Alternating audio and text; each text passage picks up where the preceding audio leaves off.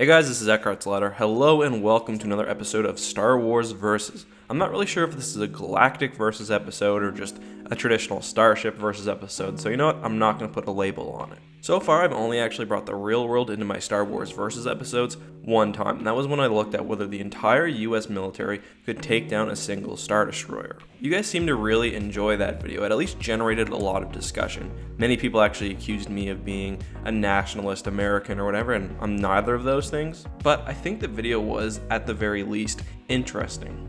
Today we're looking at a similar matchup, albeit on a much smaller scale. We're looking at whether 5 M1A2 Abrams tanks could defeat an AT-AT Walker in a one-on-one battle. We've got a few simple rules for this battle. The first is that we're presuming that neither of these vehicles have actually encountered each other before, so the pilots, for example, don't know the weak spots. Also, we're just dealing with the stock version of the AT-AT and the Abrams, and both vehicles are being controlled by everyday, normal soldiers. Before I get too far into the battle, I just want to say this is one of those episodes where I'm recording while also watching my dog, so if you hear some snarls, some barks, I'm sorry, but as I said before, he's a new puppy, so it's pretty much inevitable. Also, I will do a full Gawkbox.com leaderboard on Monday, or perhaps Tuesday, but for right now, I'll put the leaderboard down in the bottom right-hand corner of the screen. If you guys want to contribute to the channel and tip me for free just by playing mobile games, you can go to Gawkbox.com/Eckhart'sLadder. So we're going to look at both of these two vehicles in some depth, and then actually do the matchup, and we'll start with the M1A2.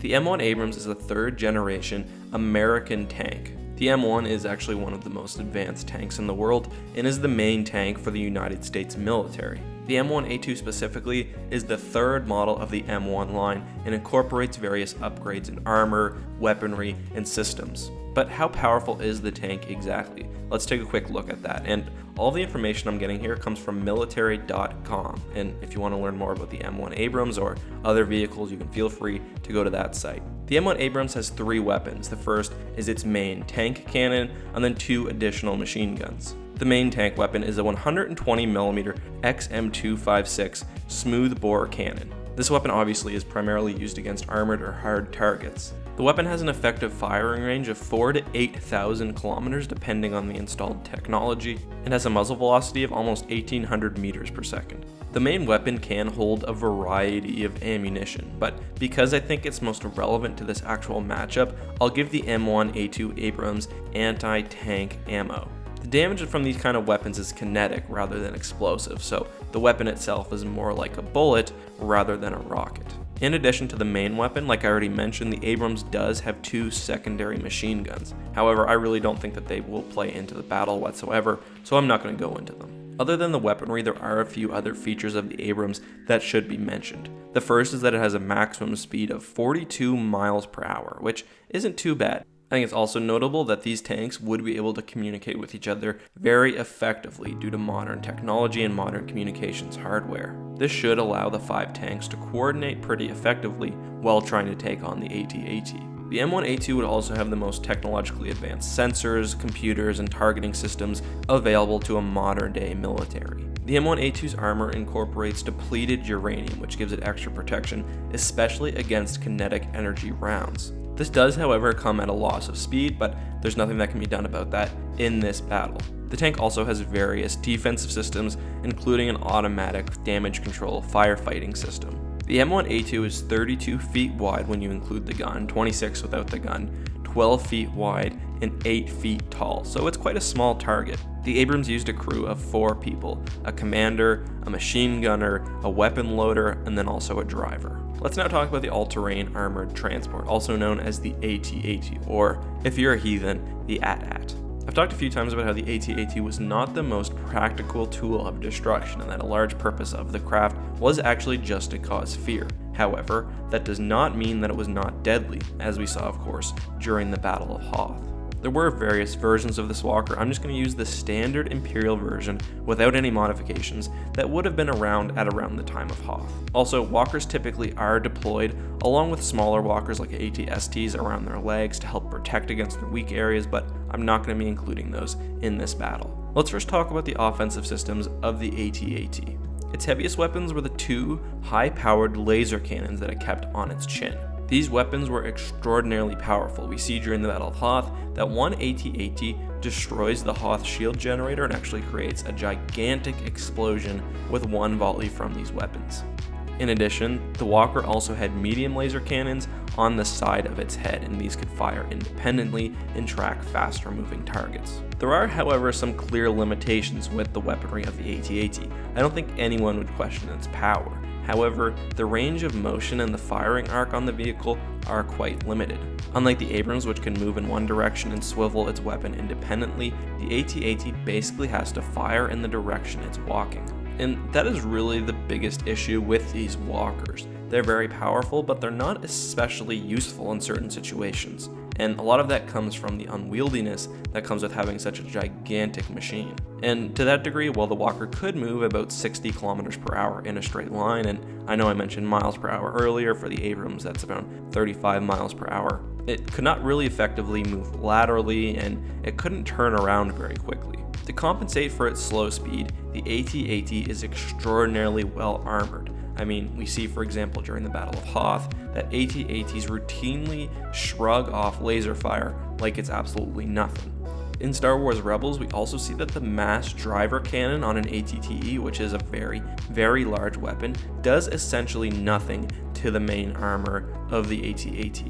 However, although this armor did protect the Walker in most places, there were a few important weak spots. The first is the Walker's neck. A well-placed shot there, as we saw in both Rebels and the Battle of Hoth, could easily destroy the entire beast. To a lesser degree, the vehicle's belly was also one of its weak points, and that's why the Empire would typically deploy smaller walkers or other vehicles to protect against that weakness. The legs of the Walker are also a weakness, at least in some respects. The armor is very thick, so you're not going to destroy the legs, most likely by conventional means. However, the Walker is prone to tripping, as we saw in The Empire Strikes Back. Other than that, the AT-AT also had very advanced sensors and targeting, was 20 meters high and 22.5 meters long, and typically would have had a crew of 3 to 5. Given the Walker's name, it was often used in a transport role and would very commonly deliver troops into battle. However, we're going to say, just for the purposes of this battle, that there are no stormtroopers and no extra vehicles on board. Alright, so let's look at the actual battle now, and just as a reminder,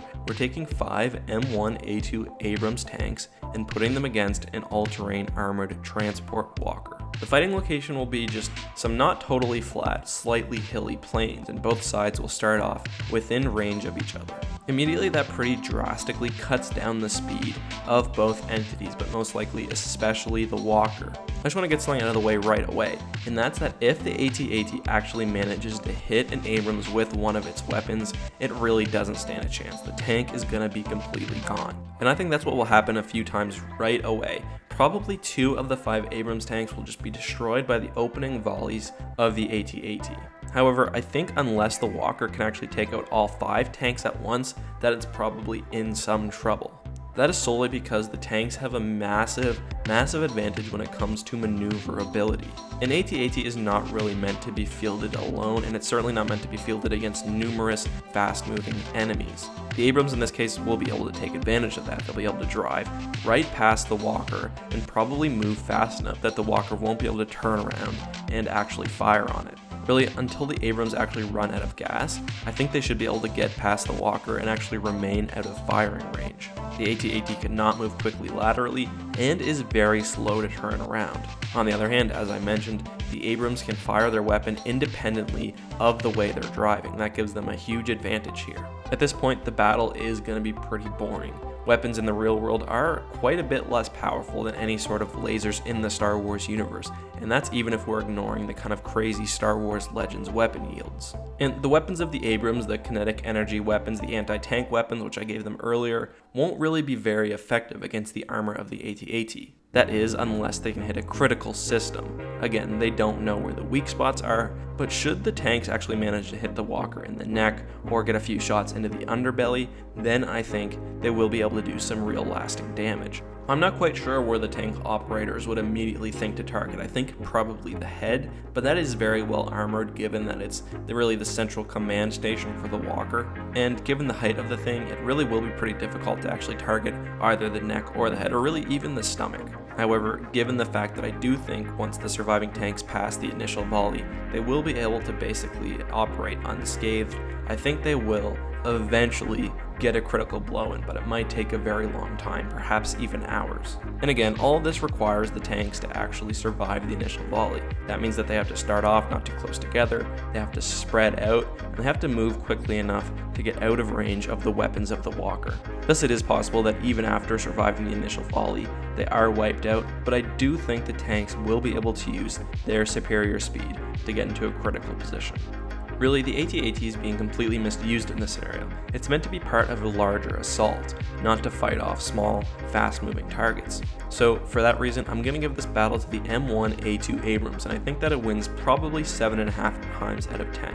If the commanders don't make smart moves and don't immediately get out of the firing range of the walker, then they're in big trouble and the Empire wins this round. But I think they should be able to effectively use their speed and kind of pluck away at the armor of the walker over a very long period of time, eventually scoring a critical hit. But of course, that is just my opinion. I would love to hear what you guys think. Take a second right now to vote in the upper right hand corner and let me know who you think would actually win in this scenario. Also, let me know down in the comments if you liked this episode, whether you think I did a good job, or if there's something I need to improve on. As always, also do not forget to put your suggestions for future matchups down in the comments, and if you see a suggestion you like, make sure to give it a thumbs up and a supporting comment.